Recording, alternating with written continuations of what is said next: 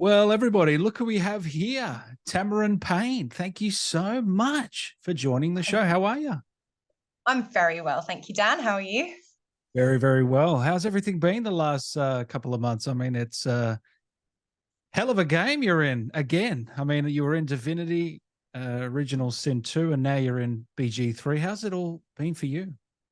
Yeah, it's been crazy. I don't know if other actors say this, but for me, I go in, I do a job, I just enjoy the job, and then that's it. I don't really think about, oh, where's this going to go, or is this going to be big or anything? And I'm a bit out of the loop with video games. I don't play a lot of video games myself, so it was a bit of a shock, I suppose, when I was in sort of other voiceover jobs and people were saying, "Oh, you're in Baldur's Gate 3." And I was like, I don't know what's going on here. I need to play catch up. And I guess I should have known a little bit because of Divinity. Was such a hit, which was amazing. But yeah, it was a bit of a shock, and it's just been so nice. People just saying hello, tweeting you, messaging you, just seem to be really enjoying being in the world. So that's lovely. I know you were on holiday recently. Did you enjoy you were in Greece? I was, yes. Yeah, that was lovely. Took my mum to Crete and Santorini. She turned 80. So yeah, I wanted to do a Oh, nice happy trip. birthday, Mum. Yes, thank you. Yeah, Oh, yeah. that's great. I'm guessing it was hot up there. Shit, it must Um, have been, right? yeah, it was boiling. It was nice boiling though. It was lovely. It was like 27 degrees, and yeah, I was just by the pool, jumping in the pool, baking in the sun. Yeah, it was Bit of good. a reset. Is that your first holiday after COVID, or have you been on? Um, Not exactly. So yeah, I kind of forget the timeline of COVID. Like there is COVID, it's really bad, and then it was like, oh, maybe it's okay, and then it was really bad. Yeah. But when it wasn't so bad, I went to South Africa and I did a month Oh, there. wow. Yeah, that was cool. That was near Kruger National Park. I was sort of shadowing the scientists, and we were out in the Jeep 8 hours a day, taking notes on like the rhinos and the cheetah and just kind of like monitoring their behavior and stuff. So that was a big trip. Not something I could have taken my 80-year-old mother on. Yeah. Yeah, I lived in the bush for a month doing that. And then it had been a while since me and mum had been away. That's right, because COVID happened. So obviously she was shielding the whole time. So Yeah. Yeah. great to get her out. Yeah. So you have to talk to me about this trip to Africa. I mean, what was that volunteering work? What sort of work was that? Yeah, so I should say I should definitely promote the company as GVI, and I just really wanted to work with animals, and they're just amazing. Like most of the people there were probably 21 to 25. They'd done their MA in conservation, and they were going into a career of looking after animals and scientific research and all this stuff. For me, I am an actor, like that's what I'm trained in, but I love nature, I love animals, I love wildlife. Like many of us, I grew up watching David Attenborough and all that. So it's a passion, it's not my job, but they do let anyone kind of go if they're passionate, and they have a real interest and they're going to work hard. And you do work hard. It is not a holiday. It is No. like we were 4 a.m. in the Jeep at 4:30. You're on the drive until like 11. You have a little midday break and then you're on the drive, or like 4 till 8, dinner, bed, same the next day. Like it's intense, but it was so amazing. Yeah, it was very beautiful. So you weren't working at that time, right? Oh yeah, I was working too. I seem to not be able to just very Hold on. easily. So you're off with the rhinos, and then you come home at 8 p.m. and do an audiobook. You can't be serious. No, no, no, no. I was literally living in the bush there in the jungle, so there was no Yeah. way that I was also working. But I mean, I did have the odd self-tape to do for video games. I would come in my little Wow. like shack, tape a little weird character, and then kind of. But no, I took that month to just kind of really be in nature and get out of the city as well. It's did you feel homesick at all for that period of time? I feel like by the end I would be a little bit homesick. You said it was a Yeah, month, right? it was a month, which is quite a nice stint because you kind of get to be away for a proper amount of time, but the end is on the horizon. Yeah. It's coming at some point. The only thing I missed was my own food, was like my Yeah. own being able to eat what I wanted and a bit more variety. It was very much like living in halls because everyone's like I say, about 10 years younger than me, if not more. And we've got this big cookbook, which is like the most nice stuff but basic, and everyone's cooking for each other, which is quite an experience, and yeah, very Did you very volunteer? lovely. I'll cook every night. No. I did think, me and this other woman who was a mum of four, I thought, please can we not be the ones that have to cook every night? No, everyone kind of pitched in, so it was cool. Yeah. It's good. And so last one on this, you were working with the rhinos. Is there anything, are they endangered? Is there anything we should know about the rhinos over there? So with the rhinos over there, what they're doing amazing work dehorning them, which doesn't sound great, but it's just protecting them from poachers. So Yeah. ultimately, it's a lot about kind of educating ourselves on what is the best welfare for these animals. They're also doing an amazing program with the cheetah over there because they've got like a bottlenecked bloodline DNA. So they're having to bring over other cheetah and do programs and just see if they can thrive in slightly different environments to what they're used to. So yeah, they're doing amazing work. So if anyone wants to volunteer, check out GBI. They're very good. Awesome. I'm guessing when they poach them, they're killing them, right? And then taking the poachers, or yeah. Yeah. Yeah. And it's crazy because the horn is made of the same material as our hair.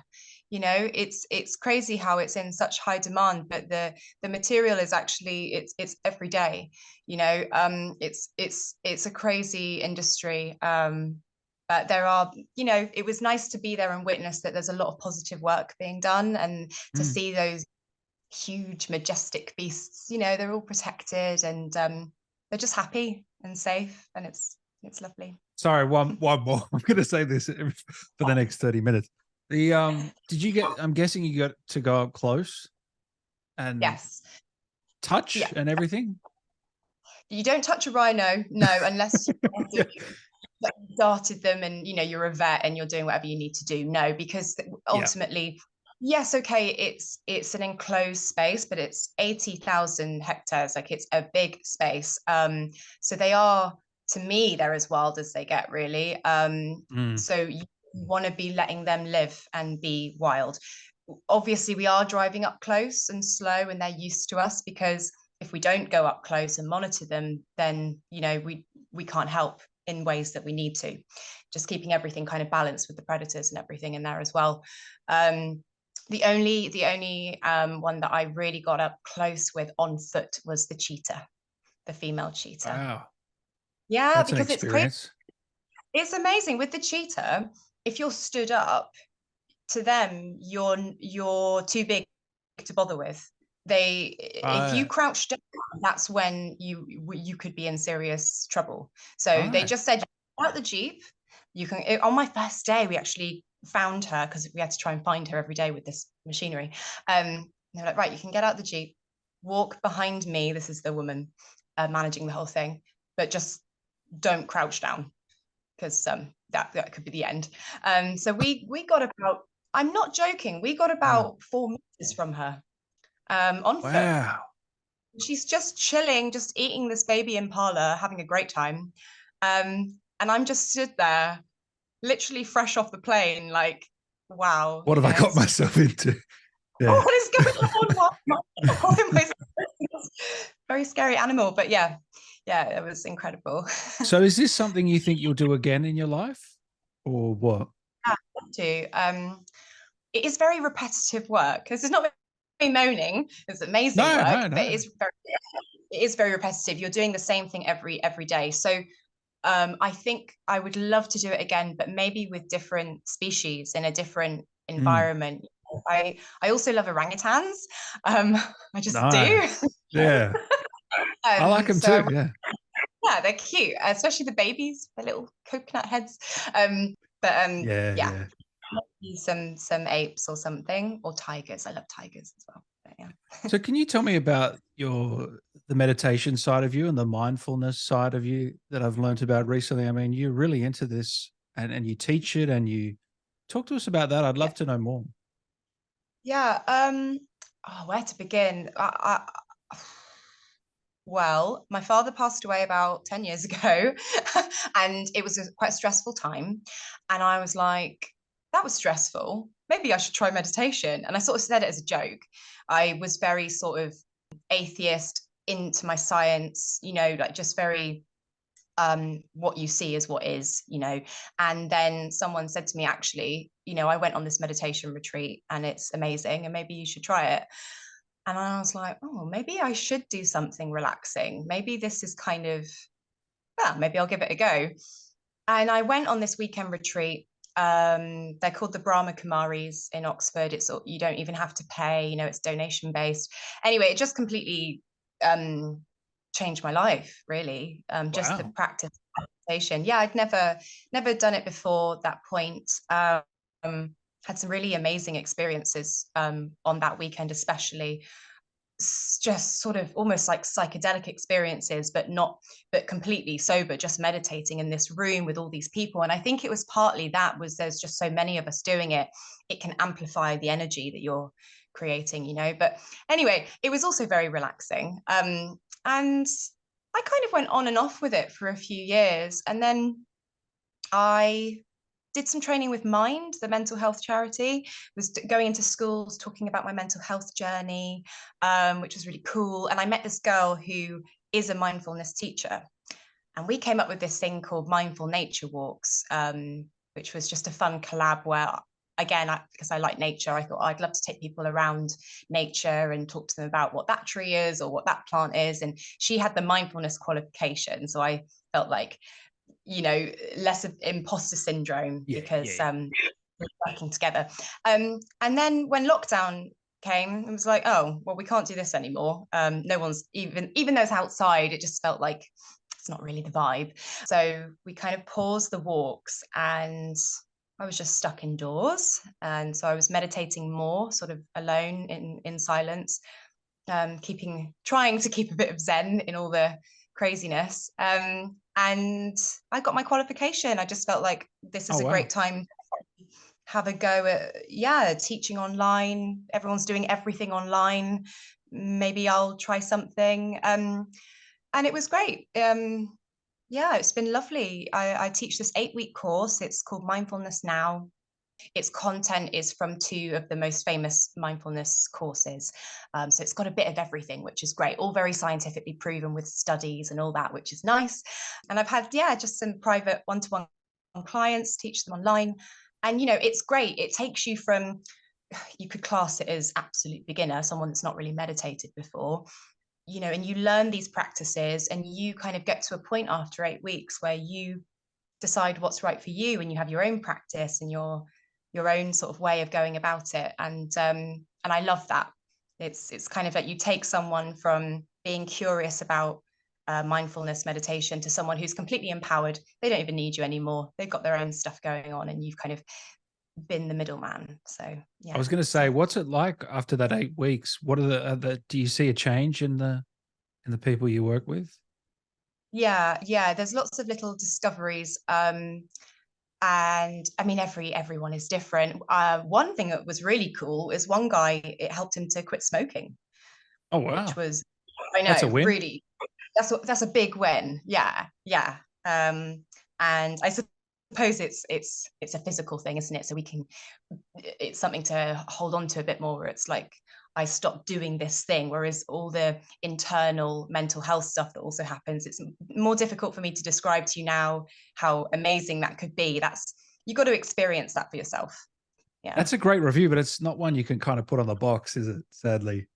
It's very airy fairy. Yeah. Yeah. Yeah. So, well, is there anything you would recommend this for everyone to do some sort of meditation? Is it for everyone, or is it you have to be a certain person for it? Do you think?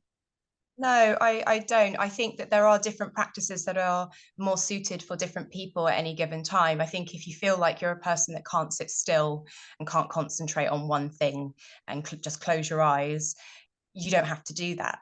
You can do a walking meditation. You can do, which I really like, mindful eating.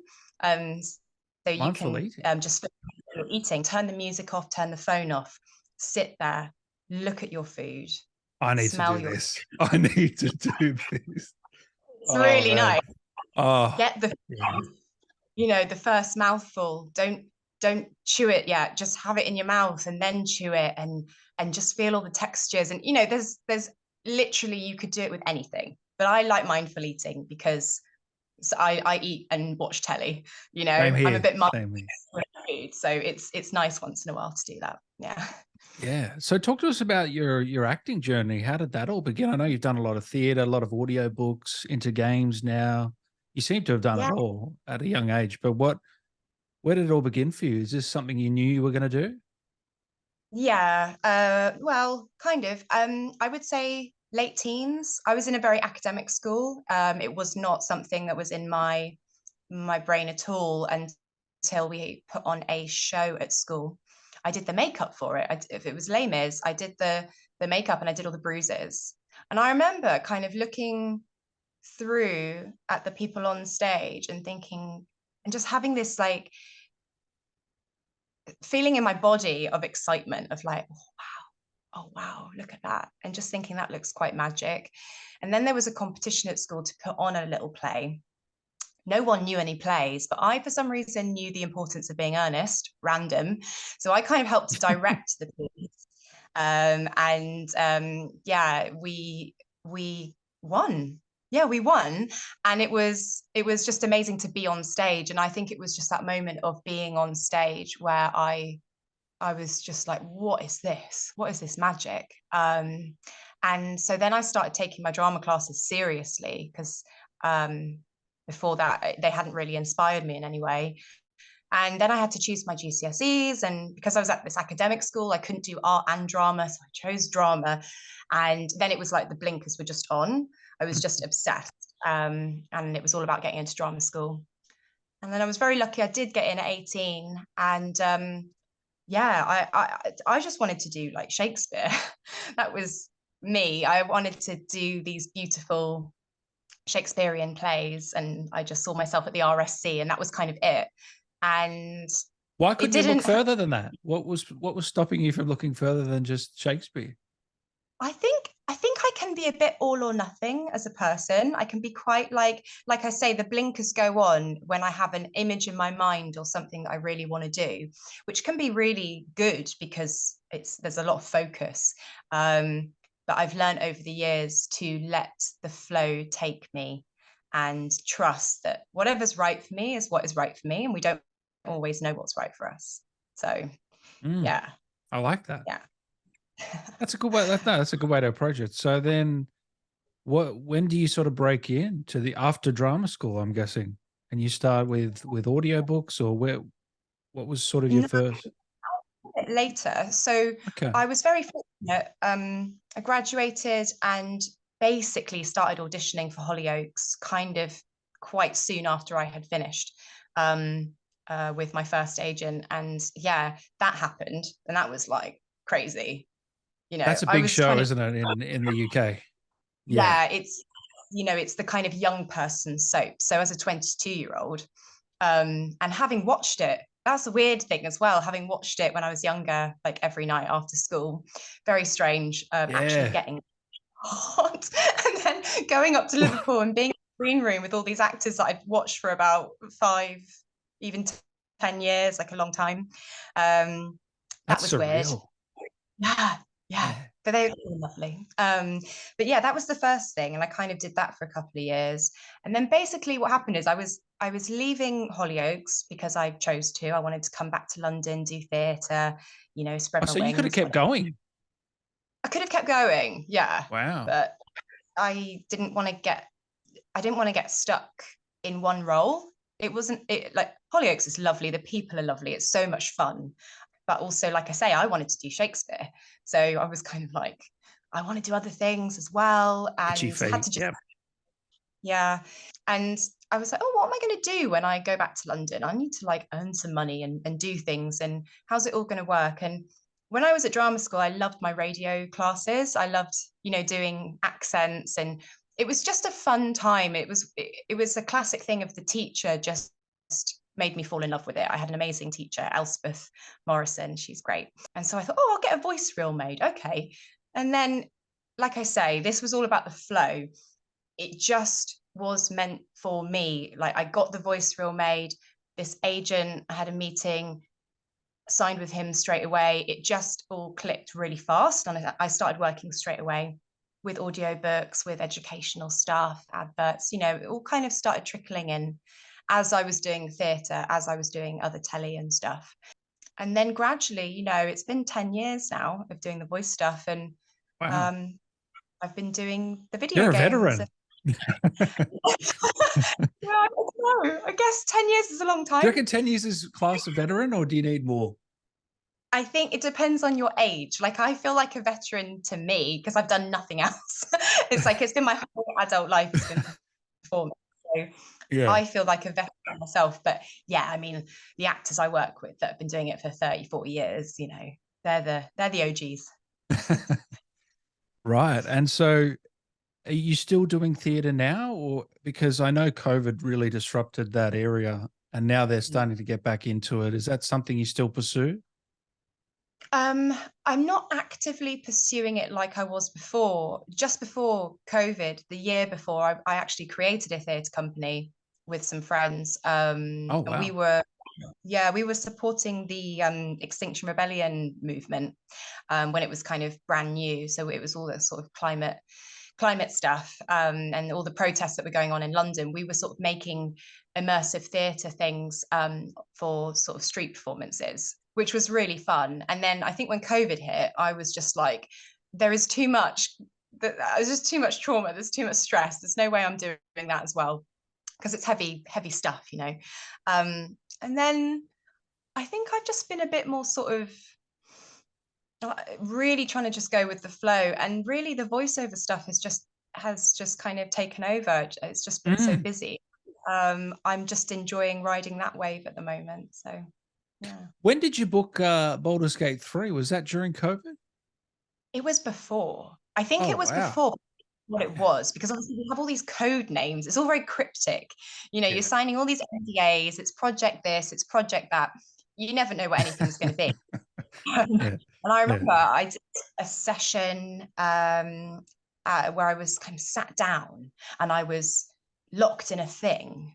And I was like, okay. I don't really know what's going on, for sure.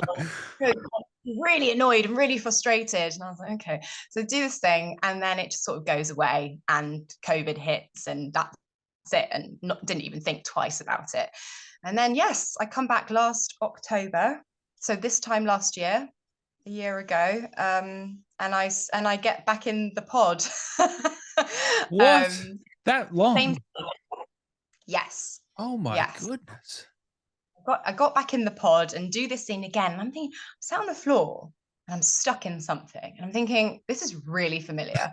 And yeah, I just kept like coming in for more and more. And then they eventually kind of told me more about what was going on. And yeah, playing Mizora. And yeah, it all sort of happened. And I think I was recording till, what was it, August? Like whenever it came out, basically, is when we were.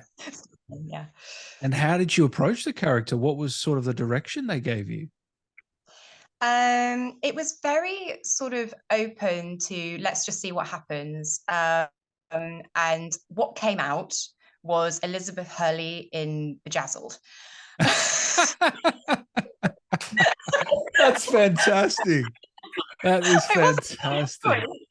Yeah, there was no like massive creative like, oh, how should she stand, and like what would be her mannerisms. It was just like, I didn't choose for her to come out, but she was with me. Yeah. And we realized, I'm Hurley. That's so good. Is this your first time doing mocap? or did you? Was there mocap for Divinity? I can't remember. There was. Oh, It's okay. kind it's so long ago now, 2017. Yeah, it's not technically my first time. With Lohse, I did one scene where she has her guitar and she sings her song. Oh, man, that is an epic song. Yeah, Jeez, that's a good song. I've never played the game. I've never played the game, but I love the song. oh yeah, people seem to really like the song, and I'm so glad because I'm not really a singer, and I didn't really know that I was going to be creating this song and recording it, and I kind of stepped in and it was like, you're doing your song today, and I was like, okay, what? Oh, So I'm, really? yeah, which is better, it was fun, and yes, I'm just glad that people like it. But yes, I did do mocap for that, and I had to I had to pretend. I had a guitar, like an actual guitar, um, and I had to play it, but I can't play a guitar. So it was, if you were in the room with me, it was just the most cringy thing, like me pretending. Guitar But Hero, sort of. Yeah. it was really cringe, but they made it look good, so that's good. So you've heard the song. I think it's fantastic. I think Yeah, I could have sworn you're a professional singer. thank you. Yeah, no, I think they I don't know. It was okay. I guess you're always your worst critic, right? So I hear that and I'm like, oh, but it's a That's good song. hilarious. Of a song. Boris did a very good job with that. So yeah, hats off to him. I'll have to chat to him. I am chatting with Boris in a few weeks, so I'll have to ask him about it. There's a similar Yeah. sort of epic song in this game as well. He always sneaks one in. Um, Mm. but that one, I remember people were very emotional about that song, weren't they? That was quite an emotional song. Well, it's right at the end. It's when Ah, yeah, gone through the whole journey, and I won't give too much away, but you have two choices with her really of which way she goes, and so it ah, depends what you choose, and then if she's kind of freed and happy at the end, I suppose. ah. That's a really good simplification of the whole thing. I know, I Sorry, know. everyone. It's all Yeah, good. almost the point. Yeah. How do you find, because these games have these branching narratives where there's sort of different choices you can go with. How do you find that as an actor? Crazy. I Yeah. mean, I think maybe I had more of a handle on it when I played Lohse because I had more to get my teeth into in terms of like, okay, this story's going this way and all this is happening. But as Mizora, it was more snippets of different Yeah. choices. So you've just got to put your full trust in the director and just know that they know what they're talking about. So if they say do this, it's definitely that's the thing. And obviously, yeah, like have wonderful directors, so it's fine. But yeah, it is a bit strange when you're used to, I suppose, having a real handle on a play, a TV script, the arc of everything. But it's such a massive world, isn't it? They don't have the Yeah. time to be telling you absolutely everything, and it's probably a bit of a confidentiality thing as well. Yeah, yeah, yeah, So for sure. yeah. Is there anything you learnt from Losa that you brought to Baldur's Gate 3? um I mean, they're so different. They're both very strong women, um but Yeah, one they of are. They are. Mizora like though that she's in complete control, whereas Losa's not. Losa is really trying, grappling with things and trying her best, and doing well most of the time. But yeah, no, I think I came to this very, very fresh with Mizora. Yeah, it was a completely different energy. Yeah. How do you find the romance scenes of these games? How do you go with that? How do And have you I, watched them? Have you watched them on YouTube? Because I know you don't play the games, but I oh man, how do I find it? Well, I guess I suppose I'm cringing a little bit. No, I think it's yeah. it's it's fine. I guess it's fine. It's fine because with Mizora, like you don't really see anything. I am actually a bit kind of like sad for people in a way that are like, oh yeah, romance scene, and then it's very much left up to the imagination. So it's very classy. because she just sweeps her wing round. She has her way with them. But I guess so. Yeah. Yeah. So, we'll go with a thumbs up. Very, very classy. That's brilliant. We've got a bunch of questions here. We'll get to a few of them. If Lohse and Mizora fought, who would win? I'm sorry, but Mizora would win. Hands down, Yeah, every I think time. so. Yeah. She would wipe the floor. Can you convince Larian to give us an extended Mizora romance? I'll happily give them my soul for it. Wow, that is quite an offer. I know. I know. Do you know, I have a feeling that something's going to happen with that. There's been too many comments. People love the romance scenes, not just Mizora, and yeah, I reckon, watch this space. Yeah, me too. Would you rather be trapped in a romantic comedy with your enemies or trapped in a horror movie with your friends? Man, I like how that ties in, but yeah. Oh, that's horrible. The only reason that's horrible is because I don't watch horror films. I have such an overactive imagination. I won't sleep. So I might have to go with the rom-com, but then rom-coms can be so annoying and you haven't even got your friends there. At least if you're in a horror film and you've got your friends, you can have a laugh before the end. Okay, I'm going horror. Although, what if the horror film's something like Saw? That would be you've never seen Saw, I'm guessing. I haven't seen Saw. You have? Yeah, because there's something about Saw that's not so bad because it's so formulaic, like you know how it's gonna turn out. You know what's gonna happen. Yeah. Not as many. So you don't like the jump scare part of it? The jump scare. No, I don't like to be surprised. Right. So have you seen something like The Conjuring? No. Yeah, that's got a few jump scares. I mean, I like The Conjuring. Yeah. Very creepy film. Very, very creepy. The Exorcist? Oh, I must have watched The Exorcist back in the day. Yeah, that's a bit of a classic. Yeah, I've seen that. Alien. I guess that's a horror. Alien. Yeah, it's a classic. They're a bit more accessible. I'd like to be trapped anywhere with Mizora, to be honest. That's the comment. Not really a question, just a comment. Thank you very much. That's very sweet. Yes, I don't know what to say to that. A lot of these, you just don't know what to say. I don't blame you. How did you get into the headspace before recording your lines for Baldur's Gate 3? Do you know, it's such a lovely headspace to be in. I'm not going to lie. It's lovely to be Mizora. I know Mizora is annoying. I know that she's a bit of a know-it-all and she's trying to scupper people's plans. So sorry about that. But in terms of just the feeling of her, she just loves herself. She's completely confident. She's the boss. And this world is so crazy and we're beholden to so much and so many people. It's easy and delicious to get into her headspace.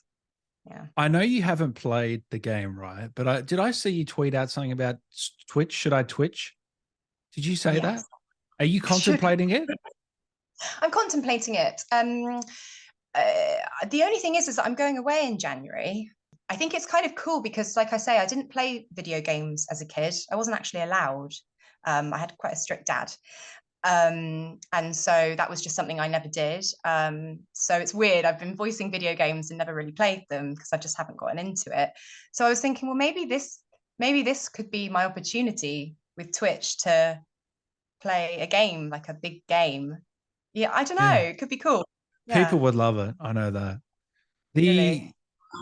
So when's the last game you played? Do you even know? Well, I suppose it was my birthday recently, and there's this adult arcade place in London, and me and my partner, we went there and we played like old Mario Kart and nice. Went on the and that kind of thing. So like the other day, technically, I did shoot some stuff and play Mario Kart, which was fun.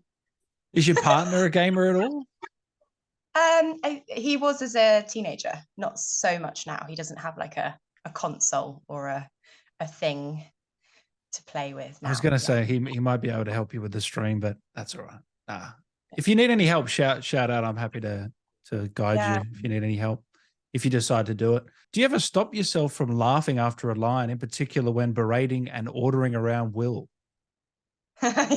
Yes, definitely. There has been the odd occasion where I can't take it too seriously. I think my favorite, it's only a little line, but filthy little stinker. That was it.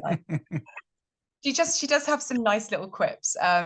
And I think more than any, the one moment where I just couldn't hold it together was the romance, because obviously no one's there. It's just me having to like be all sexy on my own, well, with like people through the glass watching me. Oh, It's that so must be awkward. Yeah. awkward. And I had to like hold my boobs at one point, and I just couldn't keep it together. It was just so silly. It's very, very silly. Yeah. The performance capture on this character is quite good. What was it like bringing her to life in the studio? Did you have any other characters in mind? Well, you did, didn't you? We mentioned that before. Elizabeth. Shout out to Liz. Does she know about it? Have you called her? No, I'll send her a message. Yeah. I'm sure she'll be very interested. It was interesting with the mocap suit. I love doing mocap. It's so fun for me because I'm a really physical performer. Like I've done dance, all my life, and I do yoga. I've done a bit of martial arts, like stage combat, all of those things. So to really physically embody the characters, super fun. It was interesting though, because we were doing it really filmic, really naturalistic. So it was about kind of, okay, who is this character, but also keeping it subtle. And I don't think Mizora wanted to be subtle. Yeah, how do you balance that? Yeah, exactly. So there's a lot of just standing there and giving information. So what do you do with that? You let the words talk for themselves, but then just little flicks. She's quite flicky. She's quite feline and sort of easily offended, and that can kind of come out in this sort of shorter, sharper movements. And then the lovely moment was when I did get to do a bit of a flourish of the wings and things, so I got to have little moments with that. Yeah, so it was an interesting one, and I just really look forward to doing more mocap and maybe playing a creature, playing something a bit more animalistic. I'd love to see you in a shooter, like playing a badass soldier. Yeah, that would be awesome. That would be, something really physical would be amazing. Yeah. My go-to martial arts or something like that. Yeah, absolutely. Sort of, doing some rolls on the floor, some high kicks, getting my karate out, whatever. That would be awesome. Yeah. What did you say your go-to was? I did do a bit of karate up in Liverpool for a bit. I do yogi as well, and I've done dance all my life, so I've done lots of different types of dance, like ballet and different types of things. All right, so what are you not good at? What haven't you done? I mean, singing. This is ridiculous. Singing, you have done singing. You've got a fucking song with 1 million views. I mean, you've done everything. Has it got 1 million views? Yes, more, way more. Okay. Yeah. Cool. Yeah. That's mad. That's lovely. That's very. You need to get on. Check out the comments. I mean, you'll feel like $1 million. I mean, it's just flooded with positivity. Oh, yeah. Were you bummed you didn't get to do a song in this one? Are you pitching them come for round 2, Boris? No, just happy to be there. Just happy to be playing a kind of a non-human character as well, like playing a devil. I mean, it doesn't get any better than that. It's just the fun of it, the sort of the slight camp moments, and it's I suppose like throughout my acting career I've done a lot of sort of female ingenue, wife, girlfriend girl next door. It's all very sweet. And so for me, it's nice to bring out that dark side. It's nice to embrace the shadow and to feel powerful, to do a role that's just the complete opposite. So yeah, happy. So you get you're sort of the girl next door a lot of the time, the sweet innocent, or is there a darkness behind the innocence ever in the characters, or always just pure innocent? A lot of it has been sort of more just kind of sweet. Yeah. Just kind of in romantic roles, Even with the audiobooks? The audiobooks is an interesting one because you're playing everyone. So you do get to indulge in, maybe your female hero, who could be really lovely, obviously imperfect, but, still the hero. But then you've got all the bad guys or the bad girls or whoever they are, the other characters as well. So the audiobooks are cool like that, actually. Yeah, that's a good point. You get to voice all these different people that you would never get to do. That's kind of like what's great about voice acting. You get to do more, as a performer in that way. Yeah. You got to do Enola Holmes? Yes, I am. That's pretty cool. That. Yeah, it's super fun. I've done 3 now. Yeah, 3 out of a bajillion. More to come. What are some of your favorites that you've done that you think we should check out? Baldur's Gate fans might like. I did slightly different. I always think of this one because it was so massive and it was just before COVID. I did Anna Karenina. Oh wow. Yeah. I mean it was a big old load of recording, but if you fancy if you fancy sort of challenging yourself and you want to read a classic but maybe you don't want to read it because it takes forever, maybe try the audiobook. I loved it. I was a bit tentative, but obviously happy to give it a go. But it's beautiful. It's really beautiful. He writes the different classes so well, like he knows them all so well. And having come from a kind of nobility background, it's really impressive. And yeah, it's just a beautiful read. Yeah. How do you tackle something like that? And how long did that take you to do that one? That took me a long time. That took me 4-day weeks. There was no way I could do 5-day weeks because you're in a box on your own, 6 hours plus a day. Intense. It's just it's like you're sat down, but you are so tired. The focus and your brain, just takes a lot. So I did 4-day weeks and I did 15 days of recording. They scheduled 16. Yep. Damn. Yeah. So it took just to give some context, how long would a normal audiobook take you to do compared to that? 3. Yeah. 3 or there you go. Yeah. So you get stuck in with that. But it's kind of just, I suppose I kind of treated it like the run of a show, like doing a month run of or 6 weeks of a play. It's like, okay, I'm going in to do the show now and see how it goes today, and your characters, and luckily I loved it. So yeah. Wow. Back to the questions. Pineapple on pizza, yes or no? Oh, I'm really sorry, but no. Yes, someone agrees with me. Get it off. Get it off the pizza. Get it? That's right. We're gonna get some nasty comments now. Shit, we shouldn't have said that. What was your favorite quote or proud moment on Baldur's Gate 3? I like the filthy little stinker line. I just love that. I don't know why. A proud moment. Do you know, I actually played another character in the game, and I don't know what it's called. Yeah, I should find out what it was called. Yeah, I just really enjoyed doing that. I just switched up the accent and just kind of had a very different energy about me. And just was quite proud of kind of doing that. That was what fun. accent was that? It was doing a bit of a Scot. Sorry? Scott. I'm not going to do it now. Playing around, but we settled on Scottish in the end. Can you do all the different UK accents? You know how there's so many different regions? There are so many. I couldn't say I can do everything, no, but I do have a slightly musical ear. So if I had an audiobook and I had to learn something, I could kind of give it a go.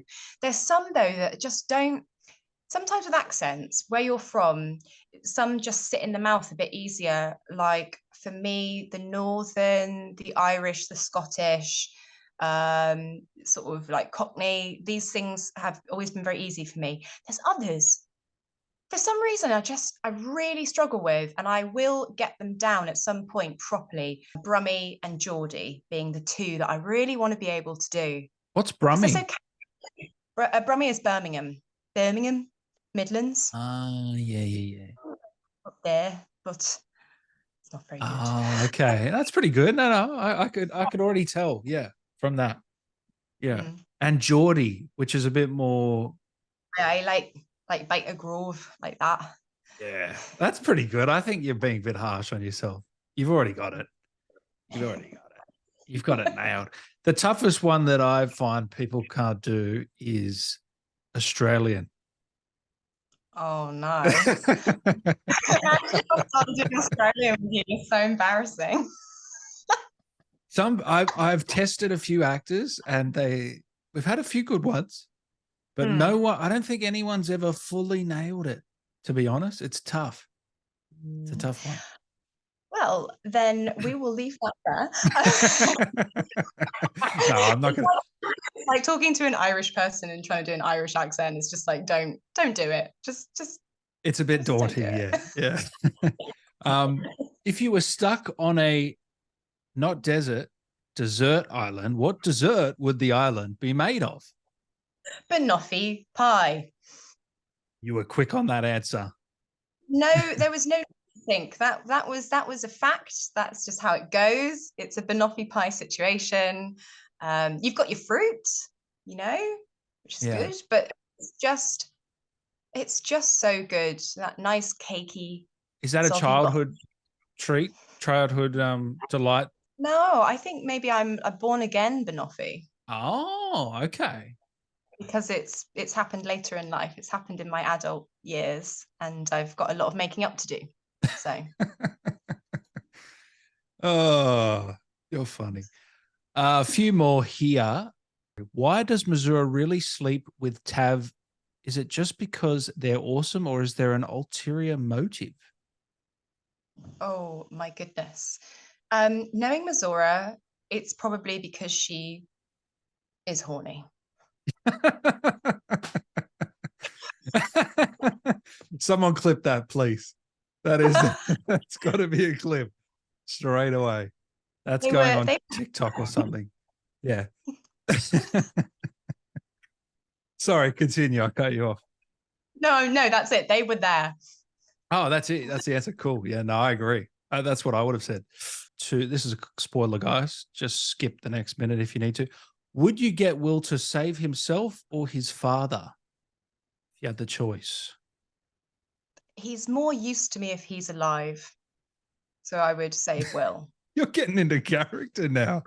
You're starting to get into character as we get in this. So when I heard Mizora in game, I was like, wait, Lohse? From being a demon-possessed bard to becoming a devil yourself, seems you have a hellish touch somewhere in your vocal wheelhouse. My question is, what inspirations did you draw from for Mizora, if any? And how did you come out of that performance when you went home? I would say, to answer the last bit first, I came out of the performance on a high. It's always fun recording mocap and doing what you love, and yeah, just feeling like you're really where you're meant to be, but also tired. It's intense. There's so much to think about. It's so technical. It's not just I'm having a great time. It's how I'm delivering the lines, and it's also about getting back into bass pose, you know, the start and the end, and being careful of your gloves because they make noise sometimes. You want to do loads with your hands, but then you can't do too much with your hands. There's a lot to think about. It can be tiring, but also, yeah, you come out so happy that you've been doing that. In terms of, yes, the devilish inspiration, I mean, Liz Hurley. But I don't know. I don't like, to be honest, with any role, I don't really like to think about other people's performance and take inspiration too much. It's not to say that there's not a wealth of actors that I've watched over the years, and I'm sure it's gone in somewhere. But like if I do a play, I don't go and watch that play somewhere just before and see what other people are doing, you know. And it's the same with these characters. You want it to organically come from within, with the help of your director as well. Yeah. I know this is a generic question. I'm just curious for your perspective on it. I know you said you go with the flow, but what would your dream role be if you could pluck one out of the sky? In terms of like a play or a character, I'd love to Anything do a you bit want. of, yeah. I'd love to do Lady Macbeth. Really? Yeah. I actually think I'm old enough to do that now as a young trophy wife, you know, as a social Why? climber. Why Lady Macbeth? She's a bit devilish, actually. She's very devilish. She takes over the show. She is the puppet master. She gets Macbeth to do what she wants. She gets him to do her bidding. She's a bit Mizora. It's just an amazing play. It's just one of my favorite plays. I'm shocked you've So never done it. Or maybe you have, but just not. no, No. I Yeah. don't think I've been old enough, actually. I think that it does take a few years of living to play something like that. Oh, yeah, Yeah. definitely. So yeah. And then apart from that, it's more the types of stuff I'd like to do. You know, obviously Right. more mocap action stuff, you know, physical, animalistic. I love fantasy, you know, playing creatures. That would be amazing. Yeah, that in terms of the mocap and the video games. And then with TV and film and that kind of stuff, I always say this, it's stuff like Black Mirror. It's stuff where it's psychological, makes you think, you know, it's relevant to now. It's getting us to think about things, about how we're That living our show's lives. becoming awfully real. Basically real, isn't it? It's getting Basically. really creepy. Yeah. Some of the older episodes are becoming real, and it's starting to really creep me out, you know. Yeah, I it's haven't seen the amazing. new season, but that is a very good show. Yeah. I've seen the first one, and we're not far off at all. I think it's happening. What that ep? Yeah, the ep that I've seen, the first one, it is happening. What is it? Yeah, I'm not telling you. It's to do with watching stuff and how it's. Oh, Yeah. yeah, yeah, yeah, yeah. Yeah. I think I've seen the trailer. I know what you mean now. Yeah. I'll have to watch it. Now you got me intrigued. Now I'm gonna have to watch it. Um, is there anything you wanted to say to the fans that have tuned in today, you know, of your work over the years? Yeah, of course. Just thank you so much. It's just such an honor to be part of such a massive game, and well, the last two games as well, and just everything I've done really, bringing me to this point, and the fact that people even want to ask me questions is just a bit mad and lovely. And you know, I'll do my best to answer your questions whenever I can. Get me on Twitter, get me wherever you want. But yeah, I really hope you enjoy it, and thank you. Yeah. So you're on Insta, Twitter, and Cameo, right? Yes. Yeah. Yes. I'll leave the links in the description for those. And who knows, we may see a Twitch stream. Who may be still contemplating, but Yes. you never know. Yes. I am definitely contemplating it. Tweet me, people. Let me know what you think. I'm thinking apparently you have like moderators. Yeah. So I'm thinking I would call them either Mizora's minions or her pets. Oh, either or. Yeah. Either or, I think. Yeah. I like that. That's brilliant. Before I let you go, is there anything Mizora could say to Dan as we wrap this one up? It's been a devilish pleasure, darling. And I'll see you in the hells, if you're lucky. Ta-ta.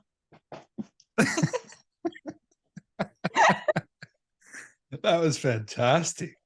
Man, you just swept me off my feet. Man. Oh. Shit. Thank you very much. We really appreciate your time. My pleasure. Thank you so much, Dan. It's been lovely.